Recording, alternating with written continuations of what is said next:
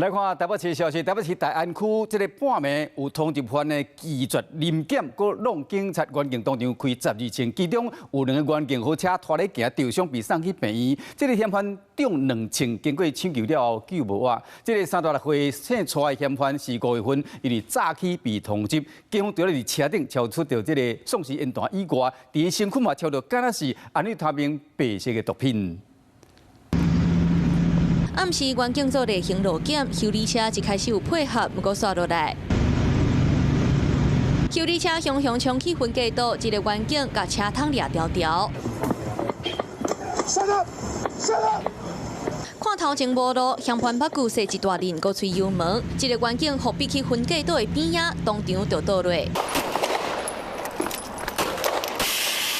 当时员警已经开枪阻挡，看当人倒伫涂骹，员警赶紧向前想要拍开车门。修理车乌白冲过浪，安全街柜仔嘛别开，现场嘛有封锁线。伫个昨暗时12点外，36岁蔡姓嫌犯经过台北市建国高架，奉路检盘查，伊身躯检过乌白冲，目睭过弄一解，一个员警互拖行，其他的员警看到开12枪甲阻挡，嫌犯着2枪，最后嘛是救无活。警方在拦停之后，发现其具有这个诈欺通缉犯的身份。 那并持有这个依这个警戒使用条例来使用枪械，那过程中蔡嫌能持续这个冲撞，那最后开了12枪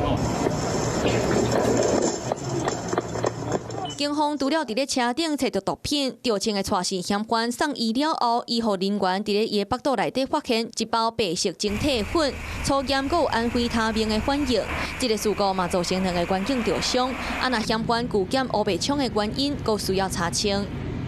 Hello， 我是张新文。想要抢先掌握最及时的新闻资讯吗？赶快订阅、按赞、开启小铃铛，锁定华视新闻 YouTube 频道。